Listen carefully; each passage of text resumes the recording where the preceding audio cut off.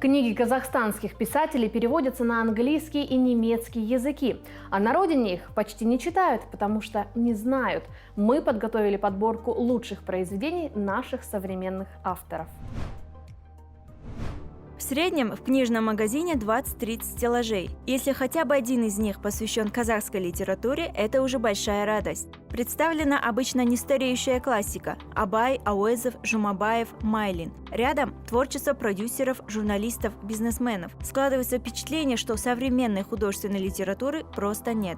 В современной казахстанской литературе есть по-прежнему градации, деления, есть русскоязычная казахстанская литература, есть, собственно, казахская литература. Дюсенбека Накипова, первая книга у него называется «Круг пепла», вторая называется «Тень ветра». Это человек, которого ценит сам Олжас Сулейменов. И вот Азата Капенова издали в России. Есть такой интересный рассказ, протесты и так далее. Но совершенно новые темы, совершенно новые типы. Данияр Сугралинов, к которому пришел очень большой успех благодаря тоже интернету.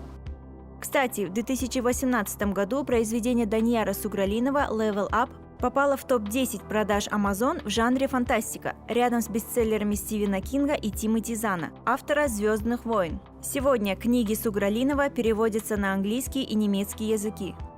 Нашим авторам приходится сейчас сложно. Они должны не только написать книгу, сами найти себе редактора, корректора, сами напечатать на свои деньги. Сами же они ходят по магазинам и возят в своих машинах эти книги, распределяют и пиарят свои книги. Потому что у нас очень мало издательств именно художественной литературы, особенно нет агентов. То есть писатель на самом деле должен только писать. Он не должен заниматься продвижением своей книги. Пока наши магазины и издательства не готовы браться за продвижение местных авторов, поэтому начинающие таланты активно публикуются и признаются за рубежом. Так что современная казахская литература существует, но ее приходится искать в литературных журналах, в книжных клубах и на интернет-площадках.